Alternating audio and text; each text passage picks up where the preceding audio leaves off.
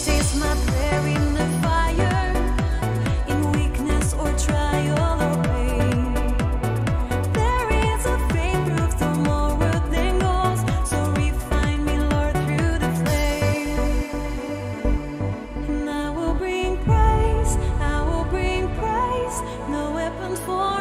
we shall remain. I will rejoice, I will declare, God is my victory and He is here.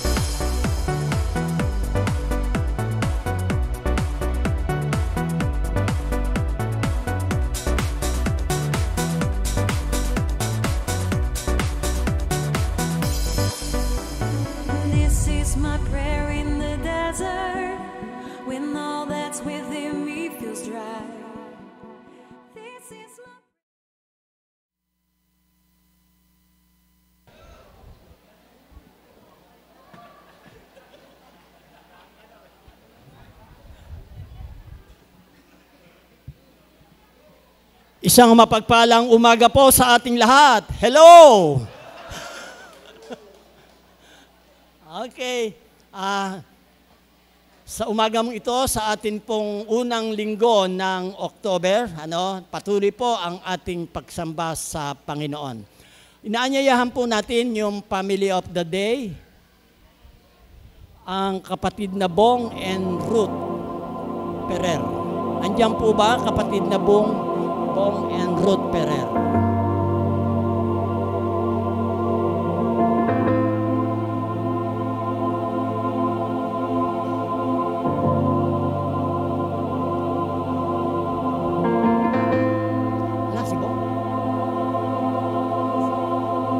Sige, Tayo po ay manalangin mga kapatid. Nagsisimula na po tayo ng gawain.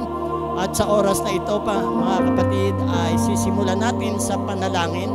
Kaya mag-concentrate po tayo mga kapatid sa ating gawain. Tayo po'y manalangin. Panginoon, pinagpapasalamat namin ang buhay ng aming kapatid na Bong, kapatid na Ruth Ferrer. Panginoon, nandirito ang kanyang pamilya, kanyang 2 anak. Salamat o Diyos sa iyong kabutihan at katapatan sa kanilang pamilya, na patuloy na inyong pinagpapala, iniingatan, ginagabayan, pinalalakas, at patuloy na binibiyaan mo sila, Panginoon, ng kanilang pangailangan sa bawat araw. Kaya naman, O Panginoon, sa mga sandaling ito, nais ko pong patuloy na itaas sa inyo ang kanilang mga buhay, lalo na, O Panginoon, ang kanilang mga paglilingkod. Dalangin ko, Panginoon, na lalo pa nilang makita ang kabutihan mo at ang katapatan mo habang sila ay sumusunod, naglilingkod sa inyo. Pagpalain mo, Panginoon, ang kanilang pangangailangan. Ingatan mo sila at kung sa panahon, Panginoon, na mga sitwasyon na meron silang pinagdadaanan, Panginoon, ikaw pa rin ang pinakamabuti naming tingnan. Ikaw pa rin ang pinakamabuti na aming lapitan. Kaya, Panginoon, pagpalain mo ang pamilyang ito na lalo na po silang patatagin, palakasin sa kanilang buhay pananampalataya. Salamat, O Diyos, sa iyong kabutihan at pagpalain mo po ang pamilyang ito ng aming kapatid na Bong, kapatid na Ruth Ferrer, kasama ang kanilang 2 anak. Sa pangalan ng aming Panginoong Hesus, ito po ang aming dalangin. Igawad mo, Panginoon, ngayong umaga ang favor sa pamilyang ito sa pamamagitan ng pagtataas ng kamay ng iyong maliit na lingkod. Mga kapatid, pagpalain kayo ng Panginoon at ingatan kayo. Samahan kayo ng Panginoon sa bawat araw. Maranasan ninyong palagi ang pag-ibig, kahabagan, katapatan, kabutihan ng ating Diyos na makapangyarihan sa lahat. Mula ngayon at magpakailanman, sa pangalan ng Ama, ng Anak, at ng Espiritu Santo. Amen and Amen.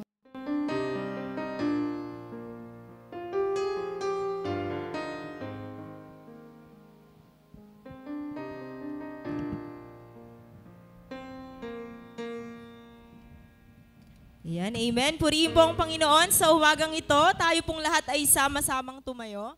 Yan, pwede po ba yung iba rin po nating mga kapatiran, pwede nating occupy yung mga bakante po natin dito po sa gawing harapan para po sa kayusan ng ating pong pagsamba. Sige nga po, yung malakas na palakpak ng pagpupuri at pasasalamat po sa ating pong Panginoon. Pwede po ba pakibati po natin yung ating pong mga katabi? Sige nga po, ngitian nga po natin sila. Kamusta ka ngayon, kapatid? Yan, 1 linggo na naman po ang lumipas, pero salamat sa Panginoon dahil narito ka. Sabihin nyo nga po sa katabi nyo, salamat dahil narito ka ngayon. Sige po, sabihin po natin sa mga katabi natin or nasa likuran natin. Amen. Praise God, purihin po ang Panginoon. Ayan, sabi po sa Psalms 100 verses 1 to 2. Ayan, sabi po doon, no, make a joyful noise unto the Lord, all the earth. Serve Him with gladness. Come into His presence with joyful songs. Ayan. So tayo po ay lalapit sa umagang ito ng may kagalakan po sa ating pong mga puso. Sama-sama po tayong umawit sa ating pong Panginoon. Hallelujah.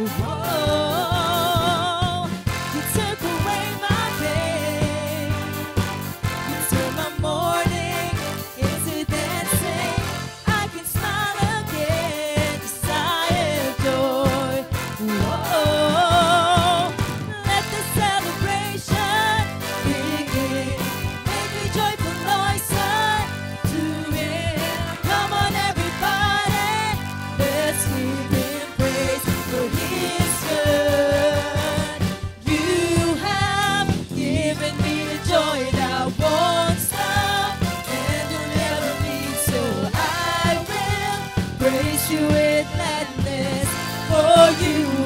good. Hallelujah. Yes, Lord. You took away my pain. You turned my morning. You turned my morning into dancing. I can smile again. Desire good. Whoa. Let the celebration begin. Make a joyful noise unto the Lord. To Him. Come on, everybody. Let's give Him praise. For He is good. You have given me the joy that won't stop and will never leave. So I will praise you with gladness. For you are good. You have, Lord. You have given me a joy that won't stop and will never leave. So I will praise you with gladness. For you are good. Sing nga po, yung malakas at mataas na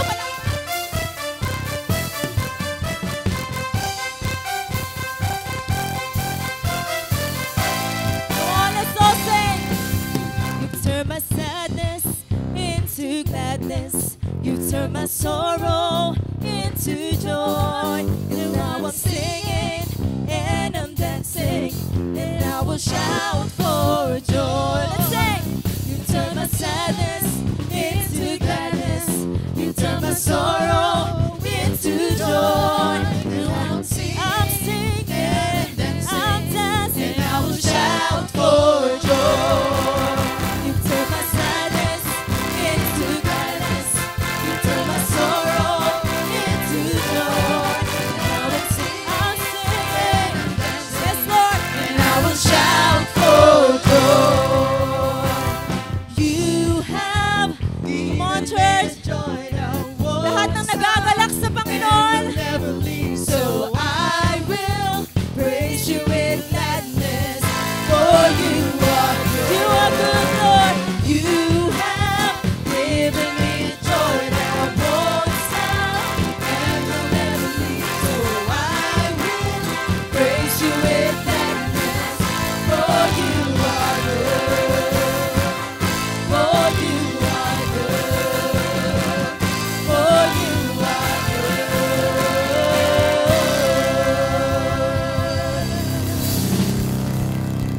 Hallelujah. Yes, Lord, you are good. Maraming salamat, O Diyos. Tinangama sa umagang ito, naghagalak po ang aming mga puso na patuloy kang purihin, patuloy kang awitan, Panginoon. Mga kapatid, sa umagang ito, meron po tayong bagong awitin. Maaaring hindi po tayo familiar sa awiting ito, pero ito po ay may title na, Jesus, Ikaw ang Buhay Ko. Napakaganda po ng sinasabi sa awit, no? Ang Diyos daw po ang kasapatan niya, sabi po nung umawit. Ang Diyos ang kaganapan at ang Diyos ang kaligayahan. Kaya in response po dun sa kabutihan at katapatan ng Panginoon, sabi po niya, no, kaya yung paglilingkod ko, yung pagsamba ko, yung pagtitiwala ko, ay tanging sa iyo lang, Panginoon.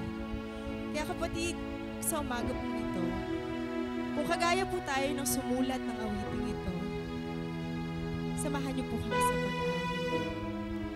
Kung ang buhay mo ay tanging si Jesus lamang, sabayan niyo po kami sa pag-awit sa umaga. Hallelujah, Jesus. Thank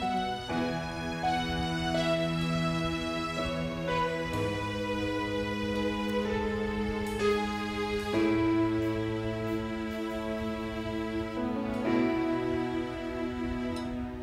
Oh, Jesus, Ikaw lamang ang buhay ko.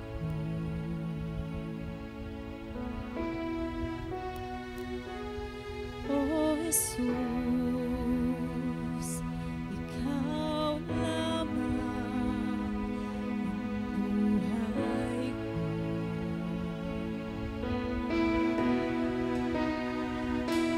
Ikaw ay sapat,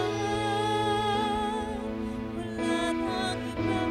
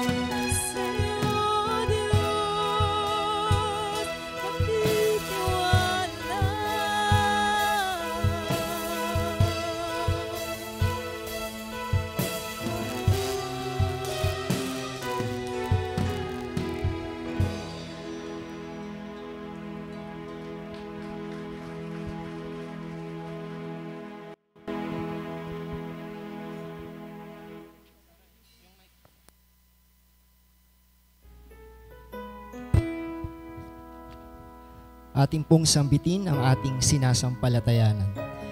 Sumasampalataya ako sa Diyos Amang makapangyarihan sa lahat, lumalang ng langit at lupa, at kay Hesukristo na anak ng bugtong niya. Panginoon natin, na sa hiwaga ng Espiritu Santo ipinanganak ni Birheng Maria, nagdamdam ng hirap sa hatulan ni Poncio Pilato, ipinako sa krus na matay at inilibing, sa ikatlong araw na buhay sa mga patay, umakyat sa langit at umupo sa kanan ng Diyos amang makapangyarihan sa lahat. Doon magmumulat paririto upang humukom sa mga buhay at mga patay. Sinasampalatayanan ko ang Espiritu Santo, ang banal na iglesyang laganap, ang pagkakaisa ng mga banal, ang kapatawaran sa kasalanan, ang kabuhayan ng katawan, at ang buhay sa walang hanggan, siya nawa. Tayo po ay manalangin. Panginoon, nandito kami sa iyo ngayong umaga upang pasalamatan ka sa iyong maraming pagpapala. Hinihiling namin na pagpalain mo ang aming pagsamba ng banal na Espiritu at kami ay palakasin ang loob ng iyong presensya. Kami ay lumalapit sa iyo ngayon na nagpapakumbaba at nagpapasalamat sa maraming biyayang ipinagkaloob mo sa amin. Kami ay nagpapasalamat sa aming buhay, sa aming pamilya at mga kaibigan. Mahal na Panginoon, salamat sa lahat ng mabuti sa aming buhay. At hinihiling namin na tulungan mo kaming magpasalamat at ibahagi ang iyong pagmamahal sa iba. Ipinapanalangin namin ang mga may sakit, nasasaktan o nalulungkot ngayon. Dinadalangin namin sila na madama nila ang iyong pagmamahal sa pamamagitan ng mga panalangin ng iba. Dalangin namin na makatagpo sila ng kagalingan sa iyong pag-ibig at nang malaman nila ang iyong kapayapaan sa araw na ito. Patuloy kong panalangin ang iyong tahanan na aming sinimulan na at malapit na pong magtapos ang unang bahagi. Panginoon, alam namin na ang iyong sinimulan ay patuloy mong lulubusin at tatapusin. Patuloy mo po kaming katagpuin sa pinansyal naming mga pangailangan. Dinadalangin ko po, Ama, ang lingkod mo na ititindig sa amin sa umagang ito. Itayo mo siya na dala ang kagalingan, kalakasan, pagpapala at pag-asa, na sa pamamagitan ng kanyang mensahe maalala namin na mayroon kaming Diyos na di nagbabago at palaging nagmamasid. Kami ay nagsusumamo, mahal na Panginoon, na basbasan mo ang iyong grasya ang bawat isa sa amin, kabilang ang aming mga pamilya at mahal sa buhay. Kami ay magsisimula ngayon balot ng iyong pagmamahal at sa iyong grasya ay magiging matagumpay ang aming pagtitipon. Hinihiling namin ang lahat ng ito sa pangalan ni Jesus at ng banal na Espiritu. Amen at amen. Makakaupo na po ang lahat.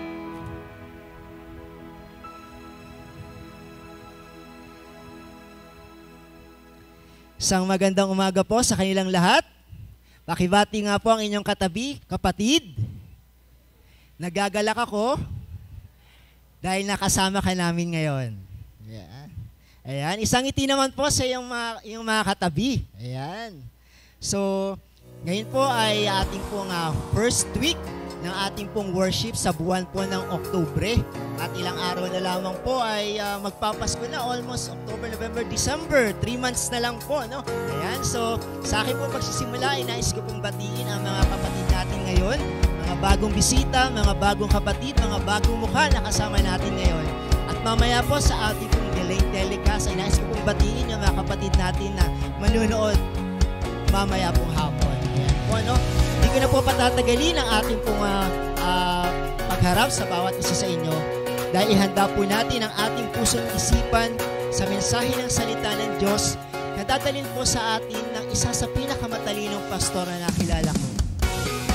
Siya po ay kilala sa pinakamagaling na pagguhit kung nalalaman po ng ilan.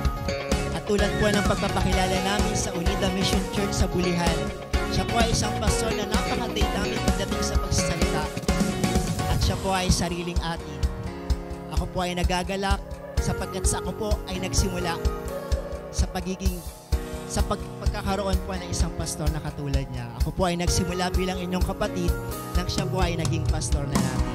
Nais ko pong ipakilala sa inyo ang ating pong visionary pastor, ating sariling atin, ang ating pong UCC Administrative Pastor ng Unida Christian Church Plaridel. Nais ko pong ipakilala sa inyo, DS Reverend Pastor Gatchalian Vinta.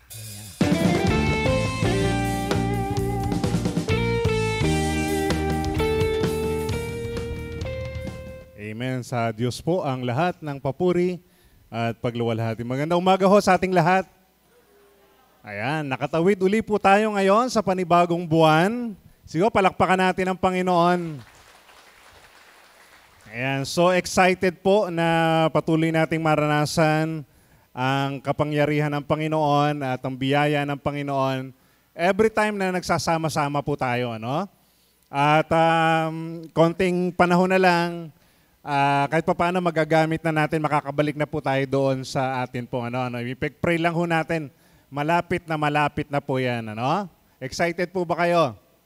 Amen. Kaya yun po yung mga patuloy nating panalangin. Sama ho natin sa ating mga personal na prayer na yung pagawain po natin. Matatapos na yung unang phase ng ating pong pagawain. Kaya ho inaasahan po natin na darating ang mga pagkakataon. Hindi naman ho siya matatagalan, maantala, kundi magtutuloy-tuloy ho siya at makikita po natin itong ganito kaganda. Amen po ba? Hallelujah. Sige po, let's pray. Panginoon, maraming salamat sa kabutihan, katapatan, pag-ibig niyo po sa bawat sa amin. Kaya po sa pagkakataong ito, kami lumalapit. Tanggapin mo ang lahat ng aming papuri, tanggapin mo ang aming pagsamba, itinataas ka namin, Panginoon. At sa aming kalagitnaan, hayaan mo lamang ang iyong presensya, ang aming maranasan, Panginoon. Lukuban mo kami ng kapangyarihan ng Banal Espiritu upang ang iyong mga salita na mayag sa amin ay tunay nga po na aming maunawaan, Panginoon. At sa pag-unawa na aming matatanggap, may apply namin sa aming pang-araw-araw na buhay.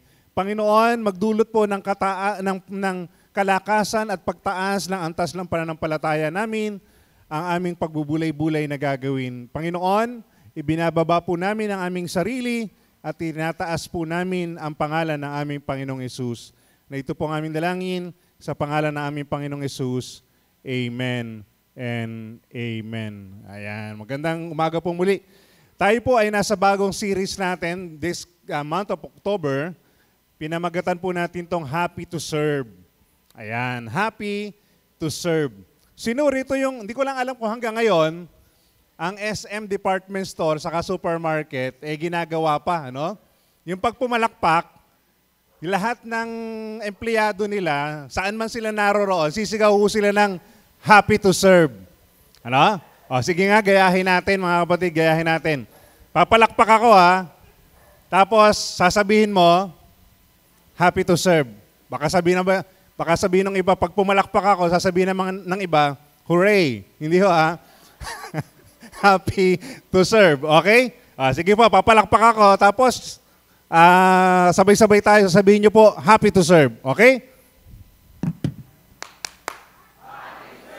Ayan, okay. Gusto ko, tayong lahat papalakpak.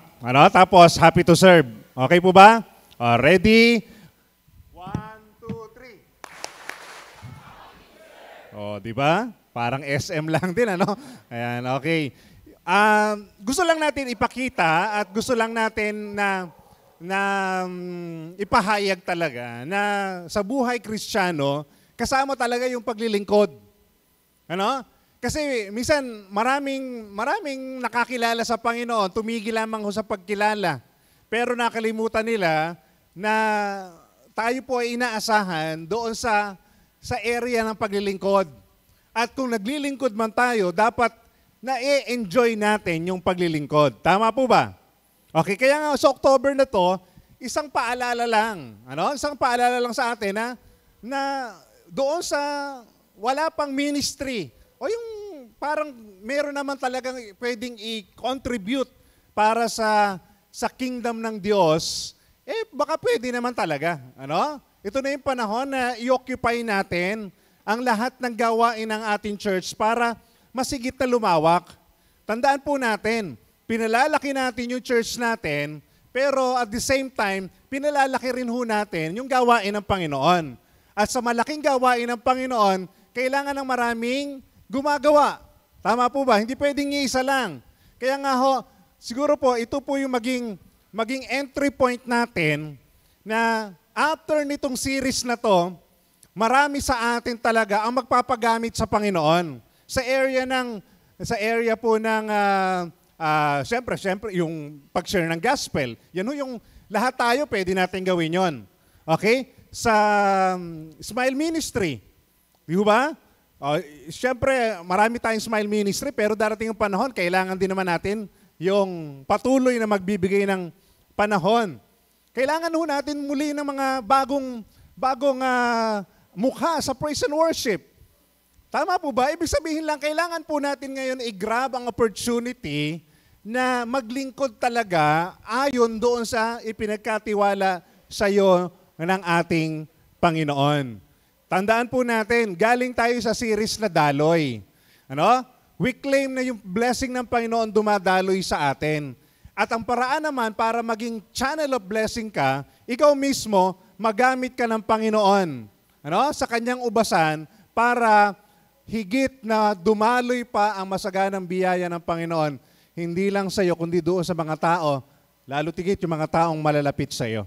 Kaya sana ho, this series ay magbigay sa atin ng opportunity, na huwag katakutan ng ministry. Huwag baliwalain ang ministry, i-prioritize natin na magamit talaga tayo ng Panginoon sa atin pong mga buhay. Okay, I want to introduce to you the series Happy to Serve.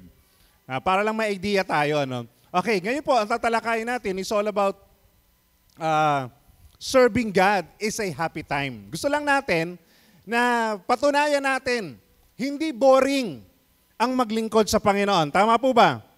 Hindi boring, hindi pag-aaksaya ng oras. Hindi pagpapalipas lang ng oras o panahon. Ang paglilingkod sa Panginoon ay isang masaya, at nakaka-enjoy na panahon kapag atin tong ginagawa. Okay, this is the first Sunday. Tatalakayin po natin yan. Next Sunday, pag-uusapan naman natin yung serving God in difficult time. Ibig sabihin, may pagkakataon kasi marami na naglingkod, pero dahil may mga pagsubok na dumating sa buhay, medyo nag-leave, umatras. Kasi may difficult na situation sa buhay natin. But ministry o serving God, kahit anong sitwasyon ng ating buhay, pwede tayong maglingkod. Kaya serving God in difficult time. Next Sunday po yan. And third Sunday, pag-uusapan natin yon, serving God all the time. Okay, bakit all the time? Ituturo natin, ipo-point out natin yon because third Sunday is our appreciation Sunday. Alam natin, ang paglilingkod para sa manggagawa, walang pinipiling araw, panahon. It's all the time. Okay? Serving God all the time. Ang mga manggagawa natin, simula nang tanggapin yung pagkatawag, talaga hong binigay yung kanilang panahon, oras, para maglingkod sa Panginoon. And then, fourth Sunday, mananawagan na po ako Pwede ba nating, kung nagpaplano po yung mga barangay candidates natin na mag-church na sabay-sabay, pwede ba fourth Sunday kayo umaten? Siyempre, yung mga miyembro natin, huwag naman lagi naman kayo every Sunday narito. Pero kung nagpaplano kayo, fourth Sunday po kayo pumunta, is the big day para ipag-pray namin kayo. Kasi sa susunod po wala na, kinabukasan kasi election na yung 29. Kaya yung pong ating tema sa fourth Sunday is serving God.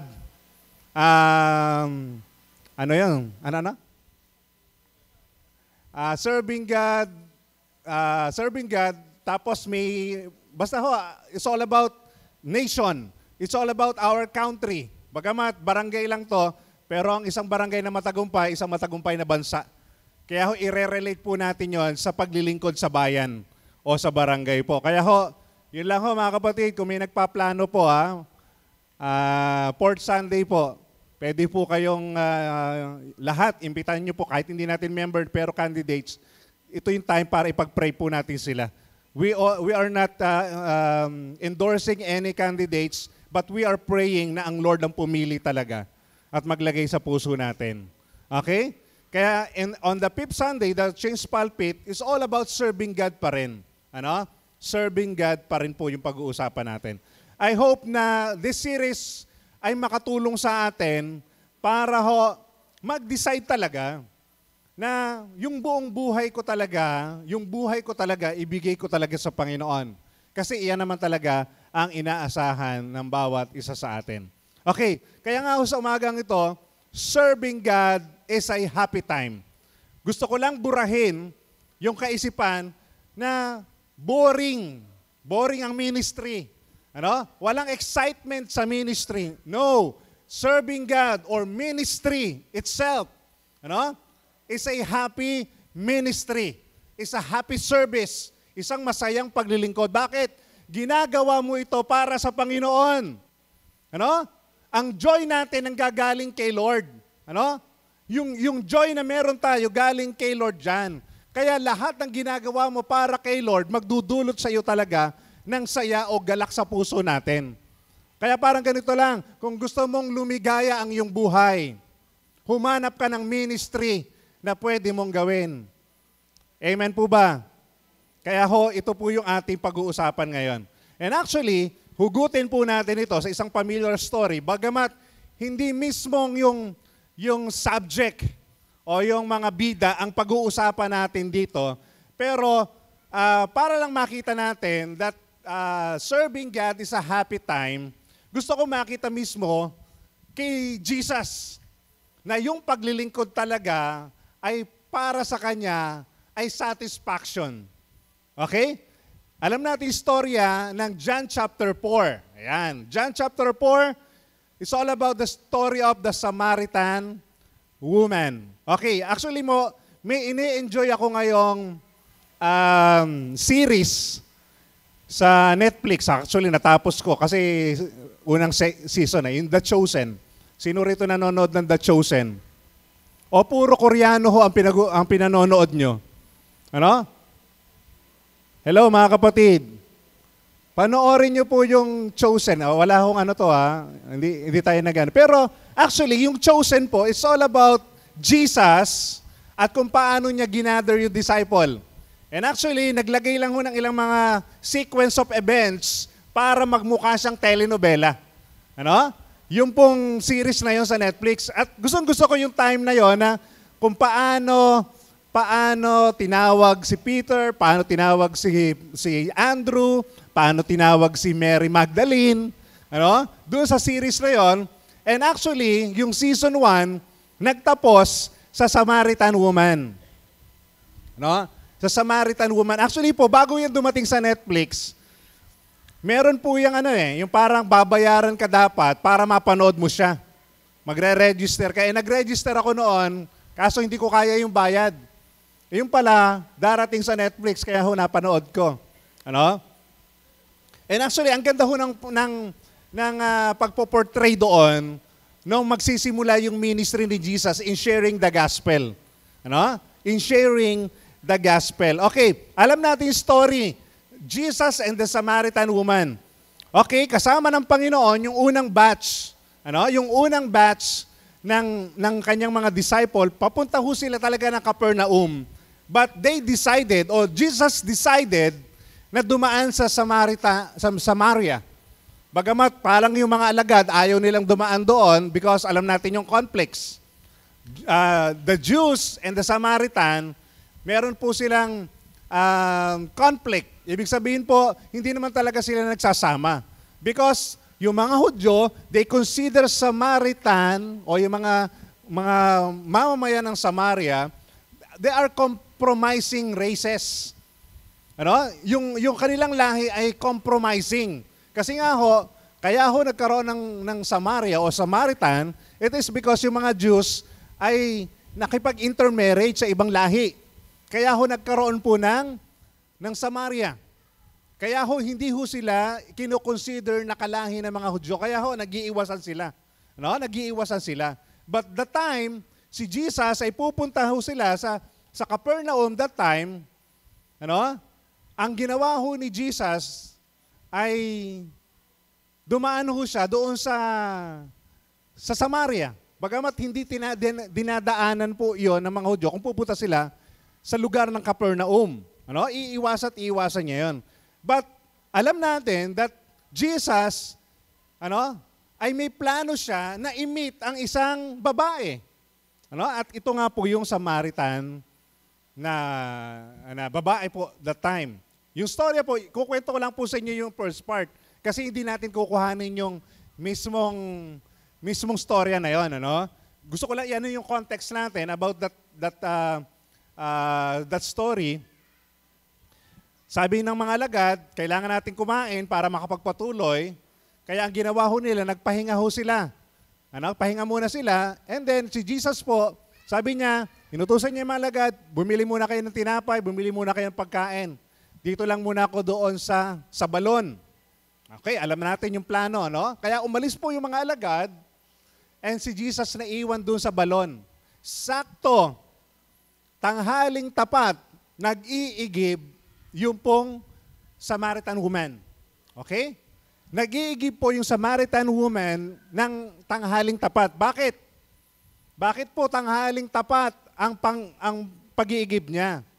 Kasi umiiwas siya sa mga marites. Ang normal na pag-iigib po kasi sa umaga. Yun yung normal na pag-iigib eh. Yung tanghaling tapat, siguro kahit sa panahon natin ngayon, kung sakali mang mayroon nung iisang well lang, sa tingin ko po hindi ho kayo matcha-challenge na magigib ng tanghali. Tirik na tirik ang araw. Pero ito pong Samaritan, desidido siya na laging doon siya sa oras na yon magigib kasi walang tao. Wala siyang makakasabay. Bakit? Bakit siya umiiwas? Kasi nga alam natin yung buhay niya. Yung buhay niya kasi talagang ka-chismis-chismis.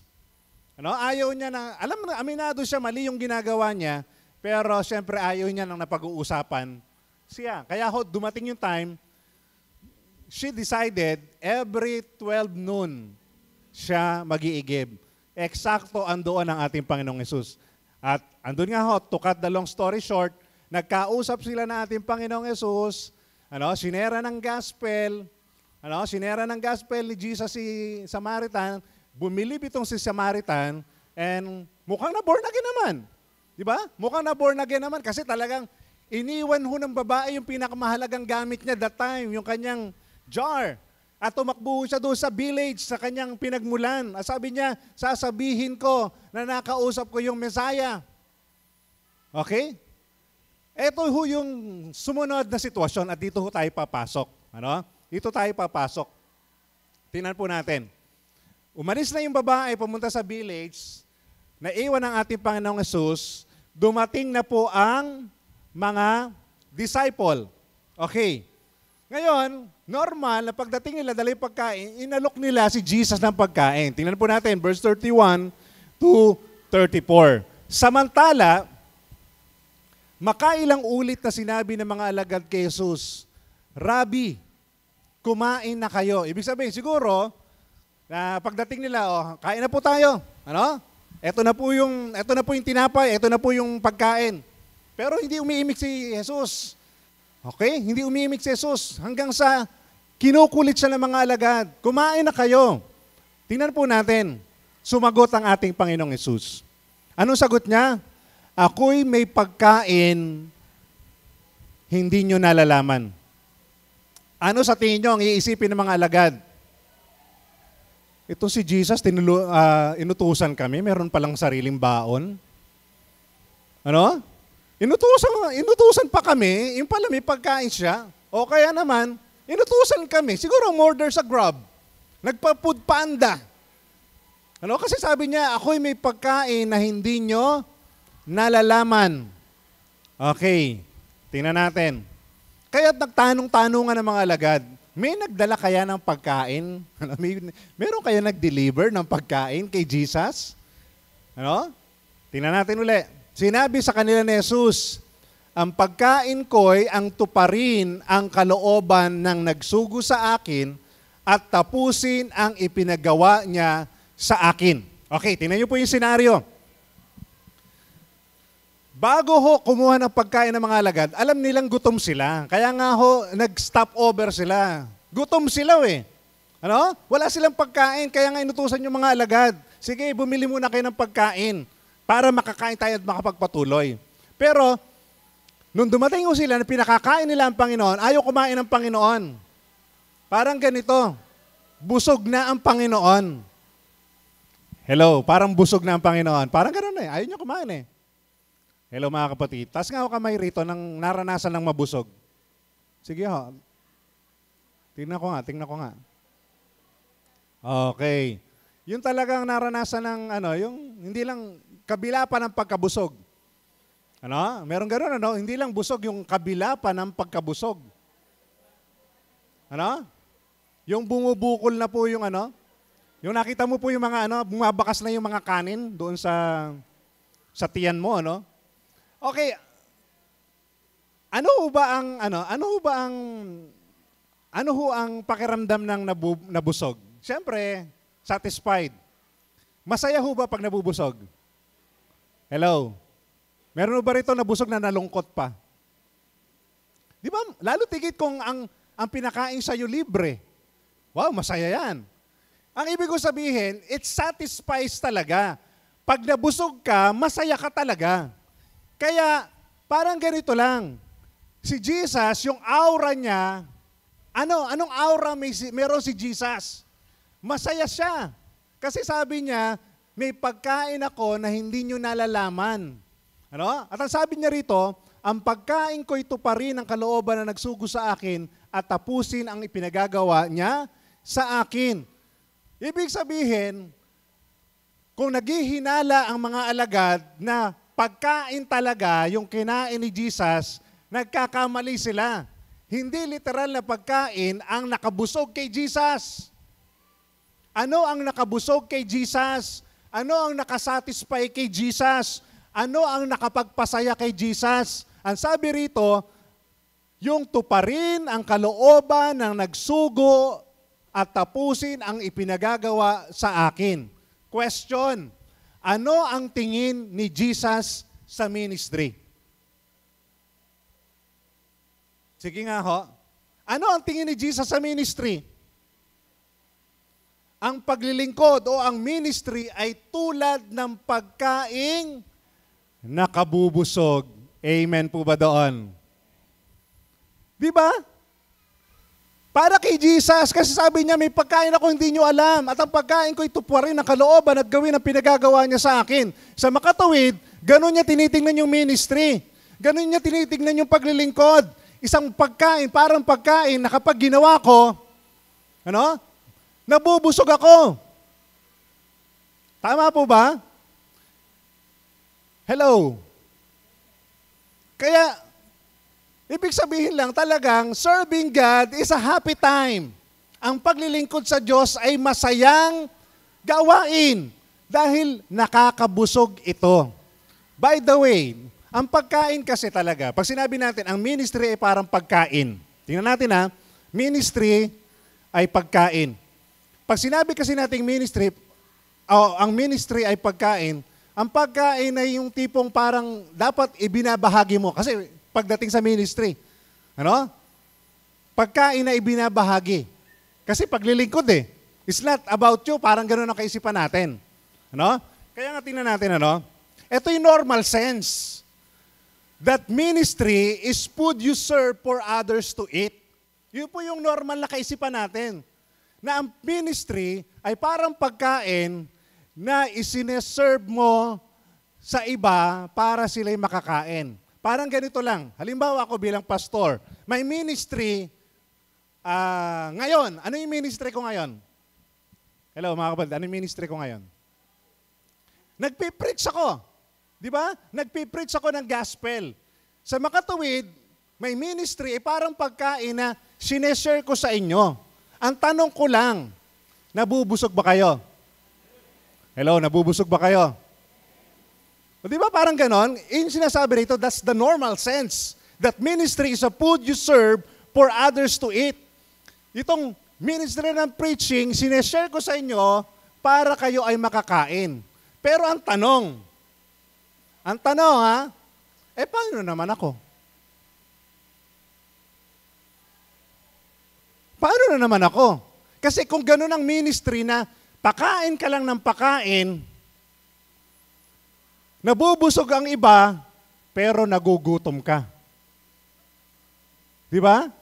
Kung gano'n ang pananaw natin, that ministry is as a food that we serve to others to eat, how about me? O how about you? Kaya, pwede bang ganito, yung true ministry fills and satisfy the server as well. Ang ministry, hindi lang yung, ikaw lang yung nagbibigay para yung iba mabusog, masiyahan. Ang totoong ministry, naglilingkod ka para sa iba, sila'y lumakas, sila'y mabusog, at the same time, yung server, ako na naglilingkod, mas nabubusog ako. Amen po ba? Sino yung ganong ministry? Sino yung gusto na ganong ministry? May pagkakataon kasi, di ba, yung pagod na pagod ka sa ministry, then parang pagdating mo sa bahay, pagod na pagod ka, parang ikaw yung gutom na gutom, parang ikaw yung, parang na-exhaust ka. Kasi nga ang nangyari, yung ministry mo, hindi naging pagkain sa'yo. Pagkain lang sa iba. Hello, naunawaan niyo po yon? Kaya marami po ang sumusuko sa ministry kasi nga hindi sila nasasatisfy. Marami po yung umaayaw sa paglilingkod kasi pakiramdam nila, naglilingkod sila sa iba pero parang kami nauubusan. Pero ibahin natin si Jesus. Sabi ni Jesus, ang pagkain para sa Kanya ay ang gawin ng kalooban ng Panginoon at gawin ang pinagagawa niya sa akin. Ibig sabihin, kailangan natin ng ministry na nakabubusog. Hello? Na hindi lang nabubusog ang iba, hindi lang nasasatisfy ang iba, pero ikaw at the same time, nasasatisfy ka rin. Hindi lang yung iba ang masaya, dapat ikaw masaya rin. That's the point. Okay? Kaya nga, mga minamahal na mga kapatid, siguro, it's all about our mindset ang problema. Sa matagal na panahon, pwedeng ganun yung kaisipan natin. It's all about giving. It's all about serving to others to eat. Pero hindi na satisfy ikaw na mismong server. But ibahin natin ngayon yung mindset.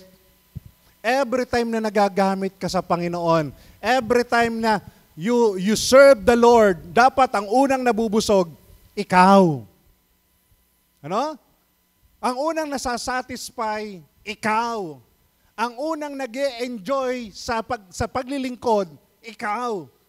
Kaya minsan, di ba, may mga leaders na ba-burn out sa dami ng ginagawa sa Panginoon.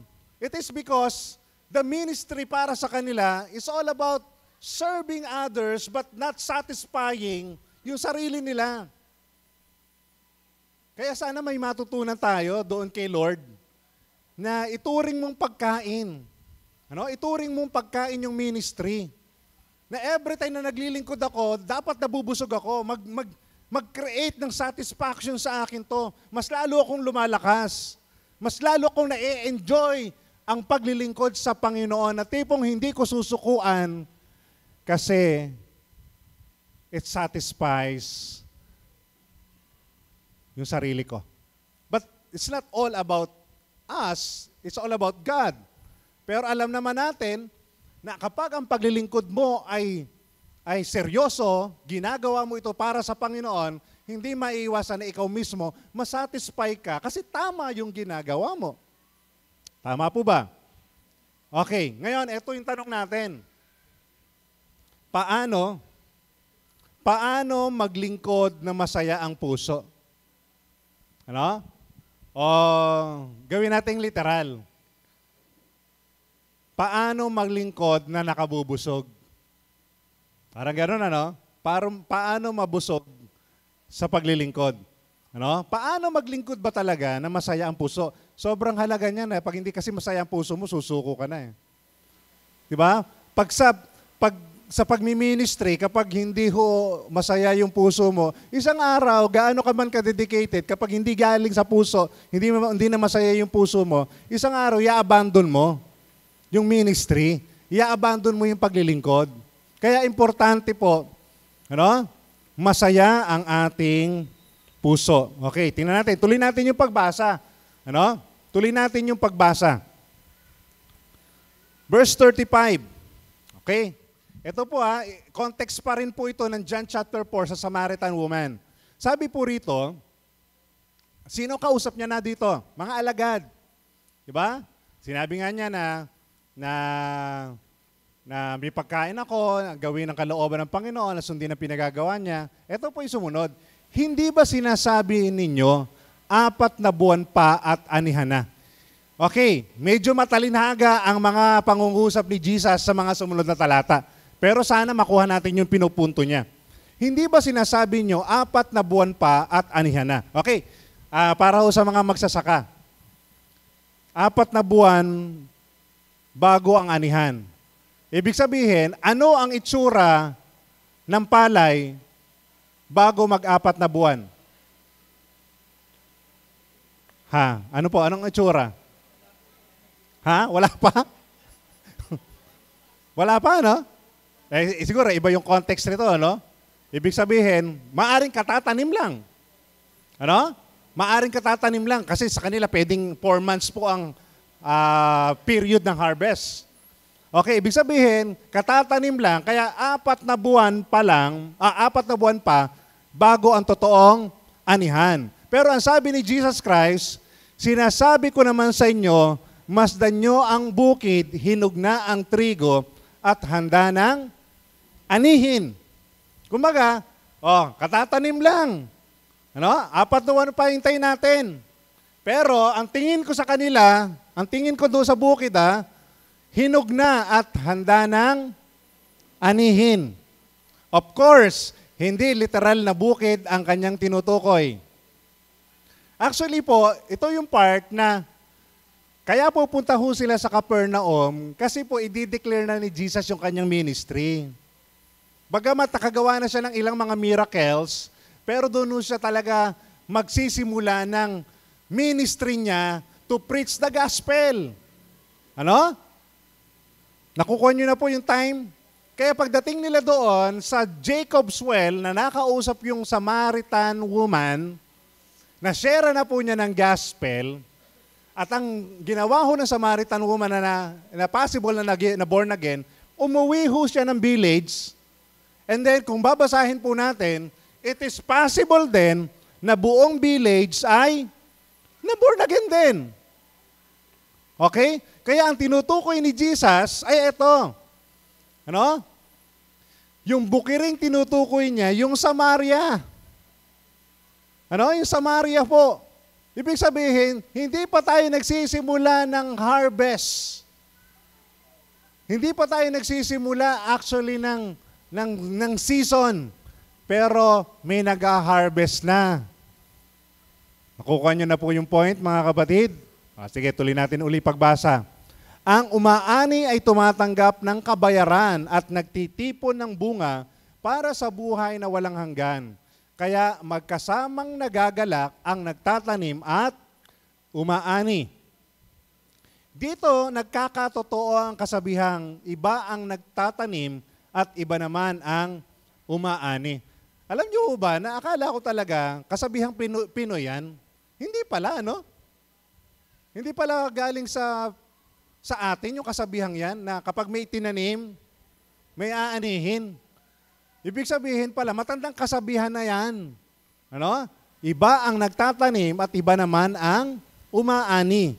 Isinugo ko kayo upang anihin ang hindi nyo itinanim. Iba ang naghirap dito at kayo naman ang umani ng kanilang pinaghirapan. Maunawaan ho natin yan mamaya. Okay. Ano nga ho yung tanong natin? Paano puso? Ito muna re-request ko sa inyo paano makinig na masaya ang puso? Yung iba ho sa inyo gumagano na O yun muna ho ang yun muna ho ang isettle natin. Paano makinig ng masaya ang puso? Okay? Tumingin lang ho kayo sa akin, tingnan nyo yung aking mukha, magiging masaya kayo. Okay? Ibig sabihin ho, sa pakikinig kasi nagsisimula eh. Hindi magiging masaya tayo sa paglilingkod kung sa pakikinig, hindi tayo magiging masaya. Paano maglilingkod na masaya sa puso? Una, maglingkod ng may, sabihin po natin, kapanatagan. Okay? Maglingkod ng may kapanatagan. Yun daw po yung paglilingkod na pwedeng magpasaya sa puso. Kapag naglilingkod ka na panatag yung kalooban mo. Saan? Saan tayo dapat maging panatag yung kalooban? Ulitin natin uli yung verse 5. Hindi ba sinabi ninyo, 4 na buwan pa at anihan na? Sinasabi ko naman sa inyo, sa English nga ho, lift up your eyes. Buksan nyo ang inyong mga mata. Buksan nyo ang inyong mga mata kasi hinug na ang trigo at handa ng anihin. Pag sinabi hong ready for harvest, may harvest na, may aanihin na. Kung tutuusin, parang sinasabi niyo sa mga alagad, wala pa kayong itinatanim, meron na kayong aanihin dito. Ibig sabihin, pag sinabing harvest, victory yun. Tagumpay po yun, di ba? Yung kapag may tinanim ka, lumago, nagbunga, at hinarvest mo, ang tawag ko doon, victory. Harvest yun eh. Every harvest is a victory. Maliit man o malaki, every harvest is a victory. Sa makatuwid, mga minamahal na mga kapatid, ang sinasabi ng Panginoon dito, eto, we are going for a ministry. Yun ang dahilan nila kaya sila umalis papuntang Capernaum. Magmi-ministeryo tayo. We are doing the ministry. We are ready to minister. But eto yung sasabihin ko sa iyo, the harvest is ready. Ibig sabihin po, ipinakikita lang ng Panginoon, bago ka pa maglingkod, there is victory. Bago ka pa sumunod sa Panginoon at gawin yung pinagagawa niya, meron ng victory na nag-iintay sa atin. And that will give us a confidence. Amen? Minsan kasi ganito ito yung takot natin, Pastor, baka hindi po ako maging matagumpay na cell leader Pag sinabi, Pastor, pag sinabi ko, mag-lead ka ng cell group, Pastor, baka mawasak lang, maubos yung cell group. Ganun kaagad. Pero sabi doon, hinog na, may aanihin na, may victory na. Pastor, pag nag-praise and worship, ako lang yung maging kasiraan. Hindi, may victory na. Ang kailangan mo lang is to go for the harvest. May confidence tayo na lahat ng bagay para sa Panginoon, mayroon pong victory na. Amen po ba? Ito po ang sabi, panalo na tayo bago ka pa sumunod. Di ba sarap yatang sumunod pag alam mong meron ka ng panalo? Yung hindi ka talo sa bandang huli. Kaya, di ba magiging masaya yung kalooban ko? What matters the result ng aking paglilingkod? Ang mahalaga, sinabi ni Lord, may victory na, may tagumpay na. Minsan kasi, eto nakita na, sinusukuan natin. Pastor, kukunti na lang maatin sa cell group. Yes, pwedeng dumadaan tayo sa ganung struggle. Pero ituloy mo lang yan. Kasi, there is victory. May confidence na. May binibigay sa atin ang Panginoon. Tandaan po natin, walang talo sa paglilingkod sa Panginoon. Gusto ko malakas na amen dyan. Walang talo sa paglilingkod sa Panginoon. Amen? Once you decide na sumunod, mag-serve sa Panginoon, hindi ka talo. Hindi ka talo, kapatid. Once you decide, doon pa lang sa decision mo, panalo ka na. Bakit? Lahat ng para sa Panginoon, panalo. Kaya parang ganito yung team ni Jesus. Sa team ni Jesus, may panalo na. Ang kailangan mo lang, sumali ka sa team ni Jesus. Kaya yung sinasabi niya sa mga alagad, ano? Wala pa tayo sa Capernaum. Wala pa tayo doon sa big ministry. Pero ito pinakikita ko sa inyo, ang dulo nito, tagumpay. And actually, kung titindin natin yung malawak na ministry ni Jesus, ano? Na kahit na i-persecute sila, hadlangan sila ng mga Pharisees, ang dulo po nito is the cross. Hindi dipit ang cross. Akala ng iba, natalo si Jesus, namatay. But it's the biggest victory in the history. Yung kamatayan ng Panginoon. Kaya mga minamahal na mga kapatid, ikaw na nag-decide na gawing Panginoon si Kristo sa iyong buhay, sa totoo lang, meron ka ng victory. Ano man ang pagdaanan mo sa buhay, ano man yung struggle natin sa buhay, napagtagumpayan na ng Panginoon ang lahat niyan. At tandaan nyo, hindi ka talo kapag naglingkod ka sa Panginoon. Alam nyo ho, nung unang pagkakataon na nag-decide ako magpastor, sabi ng iba, may mga kabatch ako, ba't ka na pastor? Actually ho, nung time na ako po ay, bago ako tawagin ng Panginoon, alam naman ho ng iba, si Ate Lisa, si Pangulo Sane, magkakasama ho kami niya sa pabrika diyan sa Kabyawan. Nasa cutting department po ako. Siguro mga 4 na taon na rin ho ako doon. Medyo tumataas lang kasi makina yung hawak ko pinagkakatiwalaan na rin ako ng mga mabibigat na, hindi mga mabibigat, malalaking trabaho. Doon sa department namin. Pero yung calling ng Panginoon dumating. Yung calling ng Panginoon dumating sa akin, and then I decided na magpastor. Kaya lang mismong foreman namin, mismo kasamahan namin, sabi sa akin, Joe, ba't ka naman nagganyan? Ba't ka naman nagganyan? Dapat nag-artista ka. Hindi po sinabi yan. Hindi po sinabi yan. Maniniwala na sana ako. Ibig sabihin, parang sa kanila, parang sayang naman. Parang sayang naman. Kumaga parang nung time na yon, kasi sabi nung foreman sa akin, actually na-invite natin dito siya nung andun tayo. Sabi niya sa akin, tsagain mo lang yan. Makakapag-abroad ka pa rin dyan kasi marunong humawak ng makina. Ibig sabihin, pwede ako magtagumpay kasi nung araw basta nakapag-abroad ka, it consider na pinto na talaga yon para umasenso ka, di ba? Tama po ba? Pinto yan para umasenso ka Kaya ho nung mag-decide ako na magpastor, sobrang ang daming nang hinayang nakasamahan ko.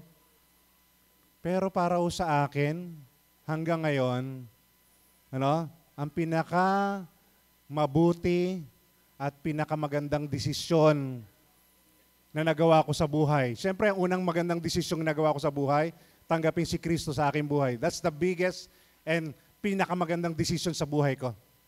At isang pinakamagandang desisyon pa sa buhay ko, pakasalan ko yung asawa ko. Haba ng hair. Woo! Para di kayo makapaniwala. At siyempre, yung pinakamatinding desisyon, yung magpastor talaga ako. Kasi naniniwala ako, walang talo sa paglilingkod sa Panginoon. Amen? Sige nga ho, sabihin nga ho natin na malakas, walang talo sa paglilingkod sa Panginoon. Itaas nyo naman ho yung kamay nyo, talon-talo kayo pagka sinabi nyo. Ulitin natin 1, 2, 3. Walang talo sa paglilingkod sa Panginoon. Amen. Ayan. Kaya nga, kung walang talo, ba't ayaw mo maglingkod? Ang ikinatatalo mo, yung ayaw mo pa rin. Di ba? Yun ang talagang talo Talo ka pag naubos yung oras at panahon mo sa sarili mo lang. Talo ka kapag naubos yung lakas mo sa ibang bagay. Pero panalo ka kapag binigay mo yung sarili mo sa Panginoon. Every time na ginagamit natin ang buhay, panahon, lakas natin sa Panginoon, panalo tayo. It's because may reward na nag-iintay sa atin. Tandaan po natin ang gantimpala sa paglilingkod ay hindi nakabase sa bunga. Nakabase yan sa pagsunod. Ano pong ibig ko sabihin? Nire-rewardan tayo ng Panginoon, hindi doon sa naging bunga ng ginawa mo. Kundi nire-rewardan ka ng Panginoon doon sa paglilingkod na ginawa mo. Sasampulan ko po kayo. Halimbawa lang. Halimbawa, si Kuya Harold. Ano? Si Kuya Harold, yan si Harold. Dinidisciple ko si Harold. Dinidisciple ko siya. Ano? Binibigay ko yung oras ko sa kanya, sinesel group ko siya, pini-PID ko siya. Pero sa kabila noon, hindi pa rin siya maglingkod at lumayo pa rin siya sa Panginoon. Ibig sabihin ba, hindi ako re-reward ni Lord kasi nag-backslide siya? Nakukuha niyo po yung tanong ko? Kung mag-backslide si Harold, sa kabila ng pagdi-disciple ko sa kanya, pananalangin ko sa kanya, tumalikod pa rin sa Panginoon, ibig sabihin ba wala akong reward na matatanggap kasi lumayo siya? No! Hindi nakabase ang reward sa kung ano yung magiging bunga ng ginawa ko. Ang reward ko ay nakabase doon sa paglilingkod na ginawa ko sa kanya. No matter what is the result. Kaya mga kapatid, ganito, yung ginagawa mo ngayon, kung kahit wala pang result, kung wala pang bunga yung ginagawa mo, yung ministry mo, parang ang tagal na walang bunga, wag kang mag-alala. Ano? Wag kang mag-alala. Kasi ang nire-reward ng Panginoon yung dedication mo, yung pagsunod mo, yung pagsaserve mo sa Kanya. Kaya wag tayong mapagod. Amen?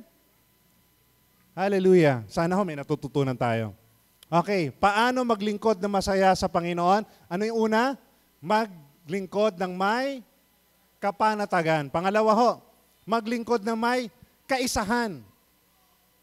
Maglingkod ng may kaisahan. The challenge is, huwag ka lang maglingkod ng ikaw lang. Huwag ka lang masatisfy na ikaw lang. Mas maganda ho at nakapagpapasaya sa puso. Masaya yung naglilingkod kapag sama-sama tayong naglilingkod. Amen po ba? Masaya kapag marami ho ang naglilingkod. Tama. Tingnan natin. Dito nagkatotoo ang kasabihan, iba ang nagtatanim, iba naman ang umaani. Isinusugo kayo upang anihin ang hindi nyo itinanim. Iba ang naghirap dito at kayo naman ang umani ng kanilang pinaghirapan. Okay, maglingkod daw po ng may kaisahan kasi magpapasaya sa puso natin kapag marami ang naglilingkod.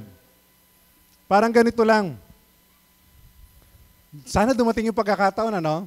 Yung nagkakatibag po ang ministry natin. Yun yung word natin, nagkakatibag. Ibig sabihin, nagkakatibag ang praise and worship team. Kahit absent si Kuya Jeff, may tutugtog. Kahit wala si Kuya Os, may tutugtog. Kasi nagkakatibag eh. Kahit wala si Pastor, si Oscar, wala si Pastor Joel, may magi-speak. Halimbawa, biglang dumating yung time na Sunday ng umaga, no? Nagkataon, hindi kami nakabangon ni Pastor Oscar.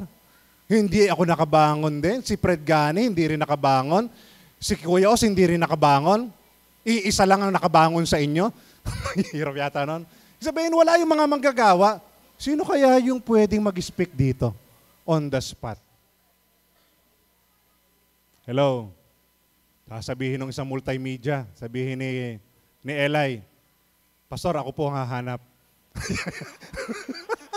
Kala magbo-volunteer, ano? Kala ako na, ano? Ibig sabihin, kahit Smile Ministry, ano? Yung pwedeng mag-speak. Hello? Nangangarap po ba kayo ng ganon?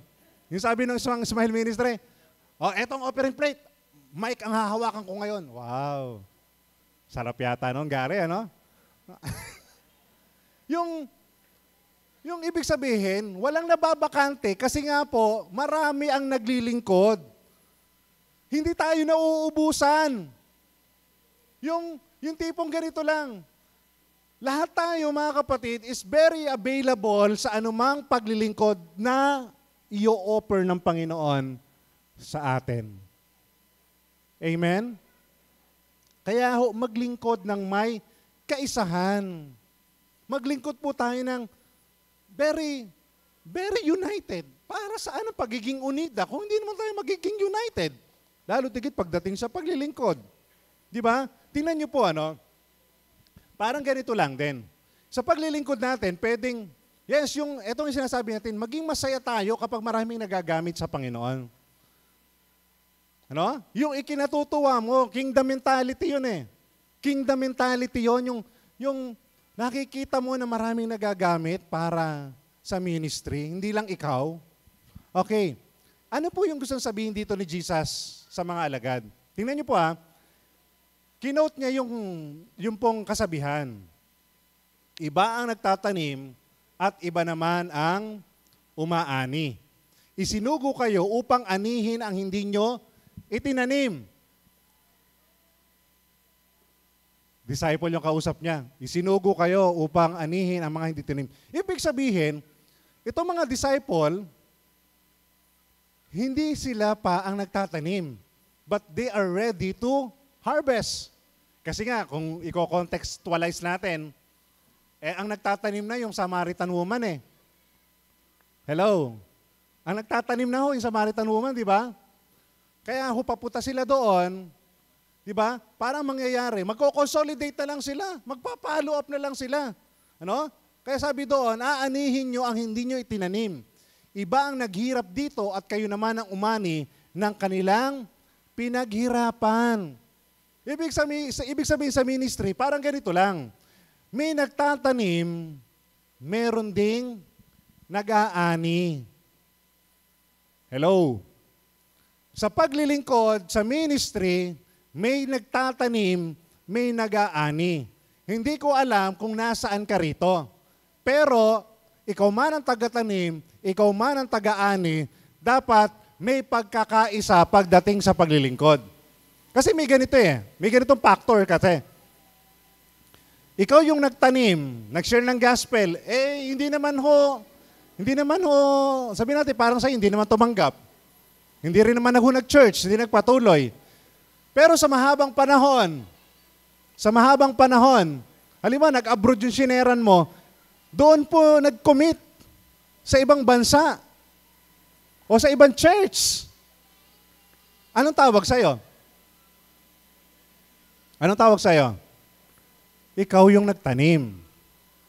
At pag ikaw yung nagtanim, ang sabi nga dito ni Jesus, di ba doon sa mga talata, parehong masaya ang nagtanim at umani. Ano? Kasi pareho silang umani Ibig ko sabihin, yes, may mga pagkakataon po na may ginagawa ka, pero parang walang resulta. Pero sa mahabang panahon, yung ginawa mo pala, nagkaroon ng magandang resulta in the future. Kaya taga-tanim ka lang. Meron naman po na ganito. Naglingkod ka, tapos biglang fruitful. Biglang lago. Baka naman, taga-ani ka lang. Kasi baka may nagtanim niya ng una. Nakukuha niyo po yung point? Sa ministry, may pwedeng nagtatanim, meron ding nag-aani. Okay. Ngayon, ito po yung gusto kong sabihin sa inyo. Kung na-discourage ka sa ministry, kung iniisip mo na, ayoko na kasi walang bunga yung ginagawa ko, tandaan mo lang, baka ikaw ay taga-tanim lang. O wag natin lagyan ng lang.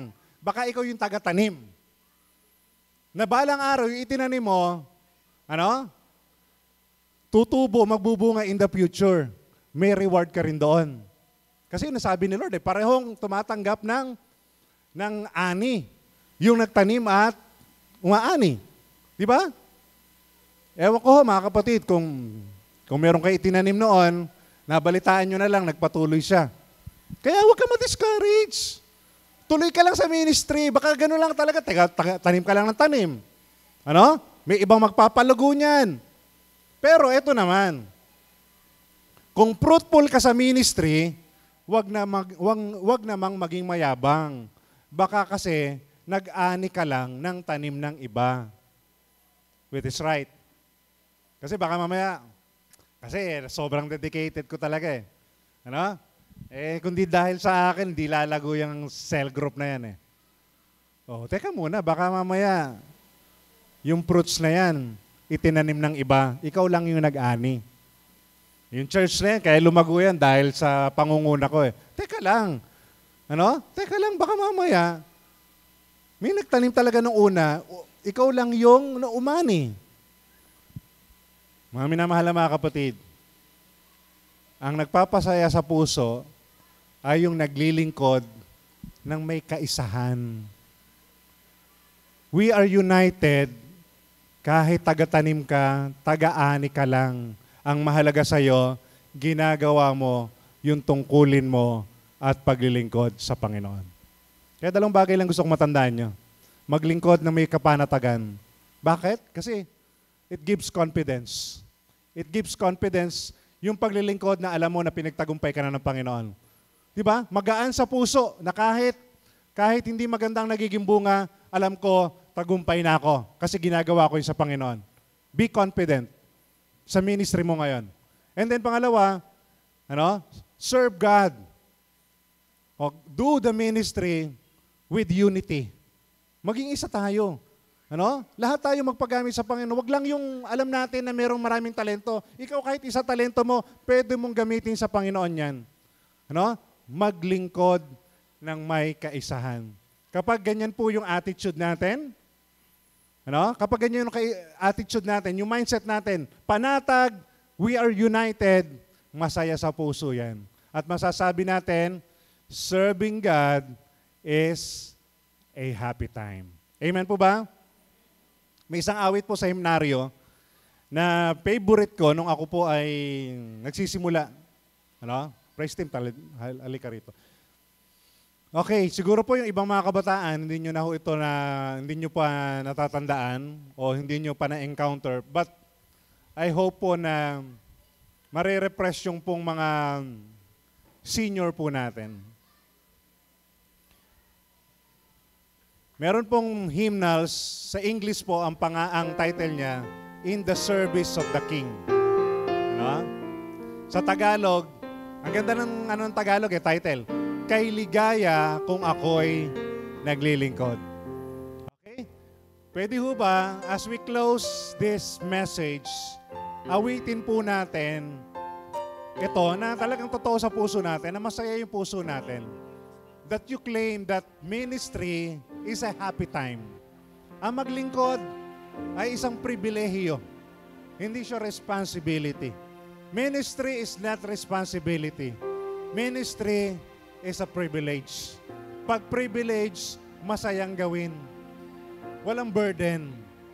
Kaya patunayan natin, serve the Lord. Serve the Lord. Okay? Sige nga ho. Awitin po natin to sa pangunguna po ng ating praise team.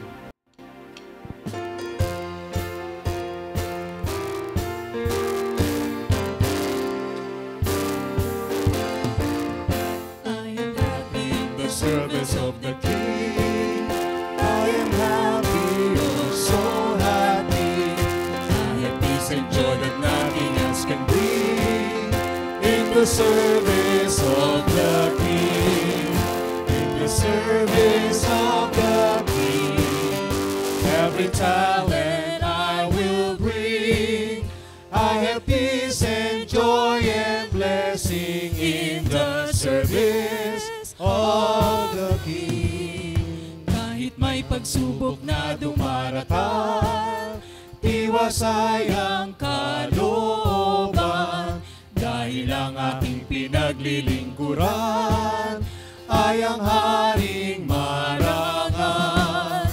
Sa aking paglilingkod, ang lahat ihahandog, may tuwa at biyayang dulot ang sa Hari maglingkod. Pwede ba tayong tumayo? I am happy in the service of the King. I am happy, Palakpakan natin yung kamay natin habang inaawit po natin to. To His guiding hand forever I will cling. In the service of the King. In the service of the King. Every talent I will bring. I have peace and joy and blessing in the service of the King. In the service of the King. Every talent I will bring. I have peace and joy and blessing in the service of the King. Malakas sa palakpak para sa Panginoon. Hallelujah. Let us pray, Lord. Kay ligaya kung kami po ay naglilingkod. Panginoon, walang katumbas, walang kapantay ang maglingkod sa iyo, O Diyos. Una sa lahat, ibinigay mo yung buhay mo para sa amin. Yung pinakamagandang regalo na tanggap namin. Lord, bilang aming tungkulin ngayon, we want to serve you, O God. At yung pong paglilingkod na to, nawa magdulot ng joy, happiness sa buhay namin, Panginoon. Considering na yung ministry pala, Lord, it is actually a victory na. Tagumpay na po ito, Panginoon. Ang kailangan lamang namin is to participate, to involve, sumunod, Panginoon. Ano man yung pagdaanan namin, ano man yung kaharapin namin sa pagsunod namin, sa paglilingkod namin, Lord, ang mahalaga, panatag kami na matagumpay ang ministeryong pinapasok po namin. Lord, masumpungan mo rin kami, naglilingkod ng may kaisahan, yung walang naiiwan, lahat naglilingkod, lahat available, lahat nagpapagamit, maliit man o malaking mga talento o mga gifts ang meron kami, ibibigay namin sa Panginoon. Lord, bigyan mo kami ng isang environment na ang lahat nagagamit kung ano man yung binagkatiwala mo po, Panginoon, sa kanila. At Lord, ngayon namin naintindihan, pwedeng taga-tanim lang kami, kaya hindi kami dapat ma-discourage. Kung nagtaniman kami, hindi namin nakita kagad yung fruits, O God. But Lord, we believe and we have faith, O God, na isang araw, yung tanim namin, pwedeng magsumibol sa ibang pagkakataon, sa ibang lugar. But Lord, alam namin, you will reward us kahit, Lord, sa ibang lugar siya namunga o lumago. Lord, salamat din sa pagkakataon na mag-alaga at mag-ani ng tanim ng iba. Kasi sa ministry, ganon, Panginoon. Pwedeng kami ang tagasimula, pwedeng kami lang naman ho ang tagapagpatuloy. Ano man po ang maging katatayuan namin, mang mahalaga, sumusunod kami ng masaya ang aming puso. Marami pong salamat, Panginoon. Sa iyo po ang dakilang pasasalamat at pagluwalhati. In Jesus' name, amen. And amen. Hallelujah. God bless po sa ating lahat.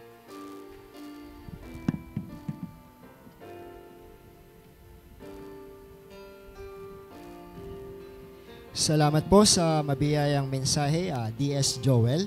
Ayan. Ang sabi po sa Deuteronomy chapter 14 verse 23, the purpose of tithing is to teach you always to put God first in your lives. Alam niyo po ano? Ngayon pong araw, ano pong araw ngayon? October 1, halos kakasweldo lang po ng ilan. Ayan. Ay, naku po, bills na naman. Ayan. Naku po, may babayaran na naman. Kuryente na naman. Ayan. Alam niyo po, no? Sabi po ng verse, to put God first. Unahin natin ang ikapu bago ang lahat ng nakupo. Ayan, sabi po, no? Unahin natin ang lahat ng ating ikapu bago daw ang lahat ng nakupo. Ayan. So, sa ating pong pagkakaloob, sa ating pong pagbibigay, ay isa po itong pagtatanim or investment para sa ating Panginoon. At tayo po ay manalangin bago po tayo magkaloob. Panginoon, narito po kami ngayon. Dala ang aming mga handog, dala ang aming mga pagtatanim, dala ang aming mga investment, Panginoon. Panginoon, hindi man mangyari ang lahat ng kaganapan sa aming buhay, idaloy mo ito sa aming mga mahal sa buhay. Idaloy mo ito sa aming mga kapatid. Magandang kalusugan, pagtatapos ng kanilang pag-aaral, isang kagalingan para sa kanila. Panginoon, ang lahat ng ito, Panginoon, ay pinapanalangin namin ng may pasasalamat. At bigyan niyo po kami palagi ng kaligayahan at pag-ibig ang aming mga ginagawang ito, ang aming mga paglilingkod. At lalagbi lang tatandaan na ito po ay para sa inyong kapurihan. Maraming salamat, Lord, sa pangalan ni Jesus. Amen, amen. Maligayang pagkakaloob po sa bawat isa. Tinatawagan ko po ang ating mga smile ministers para po likumin ang ating mga ikapo at mga kaloob. Ngayon po ay tunghayan din po natin ang ating mga balita at pahayag na makikita po natin sa ating mga screen. Ang ating pong on-site Sunday School, every Sunday 7 a.m., worship hall from kinder to grade 8. Muli po nating pinopromote ang Sunday School at inaanyayahan lahat ng kinder to grade 8 na dumalo sa mas pinasaya at kapanapanabik na gawain ng Sunday School sa bago nitong oras sa ganap na 7 ng umaga dito po sa ating worship hall. Maging po sa ating mga magulang na may mga anak na may kinder to grade 8 ay hikayatin po natin na mamulat sila sa murang edad sa mga gawain para sa Panginoon upang mas lumaki silang pinahahalagahan ng salita ng Diyos sa kanilang mga buhay. At ngayon din pong buwan na October ay pinagdiriwang natin ang National Teachers Day. Kaya po pinapasalamatan po natin ang lahat ng masisipag at napaka-dedicated ng mga teachers o guro ng ating Sunday School, maging lahat ng teachers na pampubliko man o pampribadong paaralan.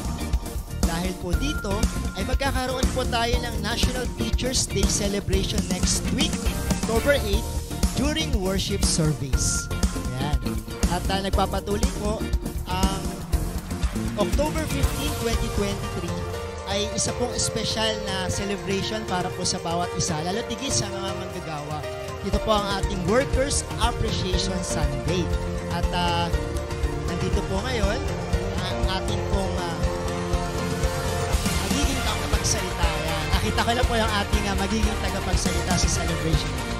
And then attention po para po sa ating mga kababaihan na ang lahat po ng mga kababaihan natin na nais makilahok sa presentation ng National Kababaihan na gaganaping Festival of Talent sa November 19 ay inaanyayahang magpatala sa Pangulo ng Kababaihan na si Kapatid Rose de los Santos.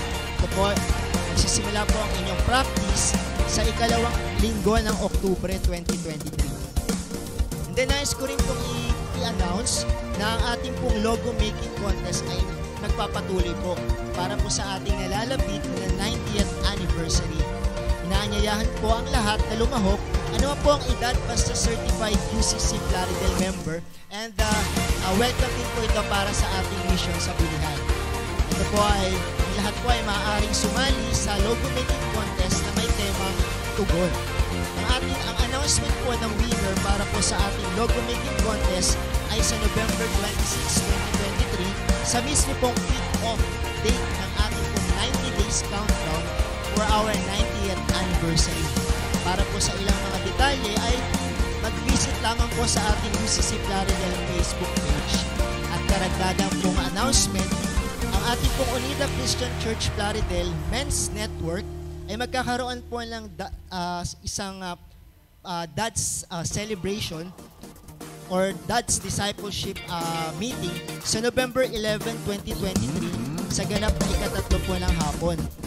At ang inyo pong guest speaker ay si Pastor Rico Encarnacion from UCC Anabu, Imus City, Cavite. Kailan pong impormasyon dito ay maaaring magkaroon ng linaw sa mga susunod pang linggo. Ayan. So, yun po ang ating mga balita at pahayag sa ating pong darating at sa mga susunod pang linggo.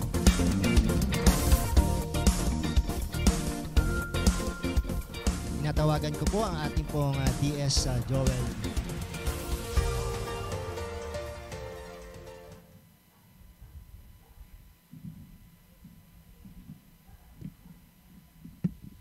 Tayo po'y darako sa pag-alala sa hapunan ng ating Panginoon. Anyahan po natin ang ating pong mga kasama.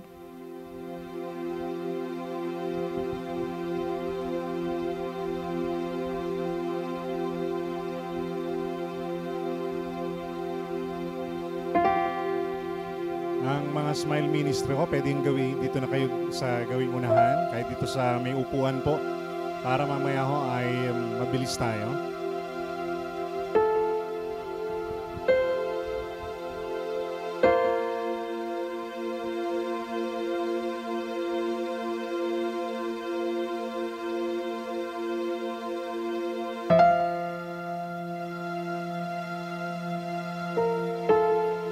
minamahal na mga kapatid, ang banal na puna na isang sakramentong itinakda ng Panginoong Kristo ayon sa banal na kasulatan. Ito ay ating ginagawa bilang pag-alala na minsan ibinigay ni Kristo ang kanyang buhay doon sa krus ng Kalbaryo para sa katubusan ng ating mga kasalanan. Ang pinakamahalagang katotohanan ang nakapaloob dito ay ang Panginoon ang hapag at hindi ang hapag ng Panginoon. Itong tanda ng katubusan sa magitan ng kamatayan ni Kristo. Ang tinapay at saro ay kalarawan o simbolo at hindi nagbabago o nagiging tunay na katawan at dugo ni Kristo. Ang lahat ng may karapatang tumanggap nito ay iyon lamang na tumanggap kay Kristo bilang Panginoon at tagapagligtas at nagpailalim sa bautismo ng tubig. Maliwanag po na sinasabi ng banal na kasulatan, kung magkasala ang sinuman, may tagapamagitan tayo sa Ama at iyan si Jesucristo ang walang sala. Sapagkat si Kristo ang handog sa ipagpapatawad ng mga kasalanan natin at kasalanan din ng lahat ng tao. Kaya kung ipapahayag natin ang ating mga kasalanan, maasahan nating ipapatawad sa atin ng Diyos ang mga ito at lilinisin tayo sa lahat ng ating kasamaan sapagkat siya'y matuwid. Kaya nga, kayo na ngayon nagsisising tapat at pinatawad sa inyong mga kasalanan at patuloy na nagnanasang sundin ang banal na kalooban ng Diyos ng may buong kagalakan at katapatan, magsidulog kayo dito na taglay ang buhay na pananampalataya at tanggapin nyo ang hapunan ng Panginoon para sa inyong patuloy na kaaliwan at katibayan ng pananampalataya. Sa pagkakataong ito, tayo po ay lumapit sa Panginoon sa magitan ng panalangin sa panguna po ng Pastor Oscar. Tayo po ay manalangin. Panginoon, ipinagpapasalamat namin ang isang pagkakataon na sa araw na ito. O dakilang Diyos ay muli naming alalahanin ang banal na hapunan na kung saan, Panginoon, Ikaw ay naghandog ng iyong buhay at ng iyong dugo. Aming Ama at aming Diyos, sa amin pong pagdulog, hayaan po ninyo na ang bawat isa sa amin ay lumapit sa inyo. At amin pong ipahayag, Panginoon, yung mga kahinaan namin, yung mga pagkukulang namin, mga kasalanan na aming nagawa upang maging karapat-dapat kami, Panginoon, sa pagtanggap ng kalarawan ng iyong katawan at dugo. Panginoon, alam po namin, kayo ay Diyos na mahabagin, Diyos na mapagpatawad. Sino mang lumalapit sa inyo, Panginoon, na tunay na humihingi ng paglilinis, Panginoon, hindi mo itinataboy at siya ay iyong pinagpapala. Panginoon, naririto ang UCC Laridel. Naririto ang mga miyembro, Panginoon. Sa mga sandaling ito, O Diyos, kami po ay lumalapit sa inyo. Ang bawat isa sa amin ay nananalangin. Kaya naman, dakilang Diyos, kailangan po namin ang iyong kahabagan. Kailangan po namin ang inyong pagpapatawad sa lahat ng mga nagawa namin na hindi ayon sa inyong kalooban. Sa pangalan ni Jesus, ito po ang aming dalangin. Amen. Ito ang aral na tinanggap po sa Panginoon ay binibigay naman sa inyo ng gabing sa pagkanulo ang Panginoong Jesus ay dumampot ng tinapay, nagpasalamat at pinagpirapay sa ito at sinabi, ito ang aking katawan ay andun para sa inyo, gawin niyo ito bilang pag-alala sa akin.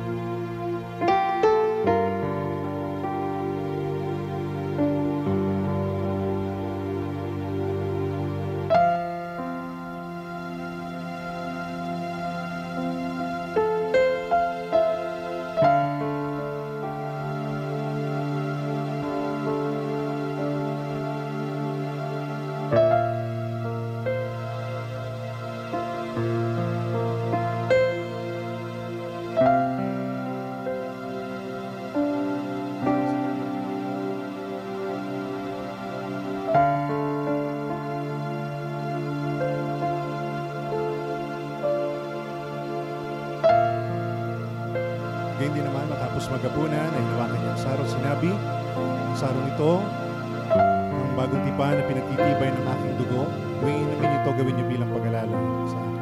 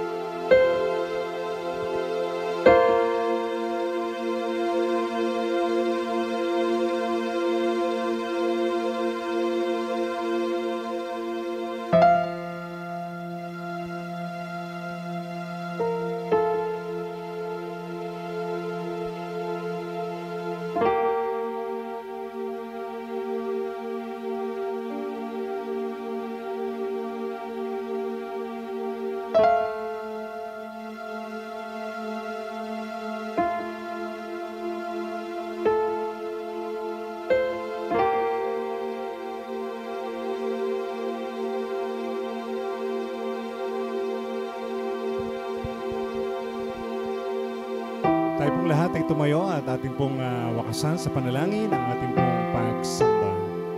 Dakila naming Ama na makapangyarihan sa lahat, sa pagkakataong ito muli po kami ay nagpapasalamat sa patuloy na pagsama niyo po sa amin sa mga pagpapala na aming natanggap sa magitan ng iyong mga salita, sa pag-alala sa iyong banal na hapunan, sa pagsasama-sama po namin bilang magkakapatid. Tunay nga po, Panginoon, muli po ang iyong presensya ay naranasan po namin. Dalangin po namin ang mga salitang nahayag sa amin ay patuloy na maging kalakasan po namin. At ito po ang patuloy na maging panuntunan po namin, lalo tigit sa aming paglilingkod, Panginoon, sa iyo. Samahan mo muli ang aming pong mga kapatid sa kanilang mga trabaho, pag-aaral, higit sa lahat sa kanilang mga ginagawa. Muli mo, Panginoon, pagtagumpayin ang bawat sa kanila. Patuloy din namin nilalapit sa inyo ang patuloy na pagbuhos ng iyong masaganang biyaya at pagpapala sa aming minamahal na iglesia, sa aming pagawain. Patuloy po naming dalangin, O Diyos, na tugunin niyo po ang aming pangangailangan upang maipatapos ang aming bahay-sambahan. Marami pong salamat, Panginoon, at ipagkatiwala niyo po na sa magitan ng pagtataas ng kamay ng niyo pong abang lingkod ay maranasan ng bawat isa ang masaganang basbas at pagpapala. Mga minamahal na mga kapatid, patuloy pong sumagana ang biyaya at pagpapala ng ating dakila at mahabaging Ama. Sumaating mga puso ang dalisay na pag-ibig ni Kristo. Aliwin tayo at puspusin ang kapangyarihan ng Banal na Espiritu mula ngayon at magpakailanman. Amen.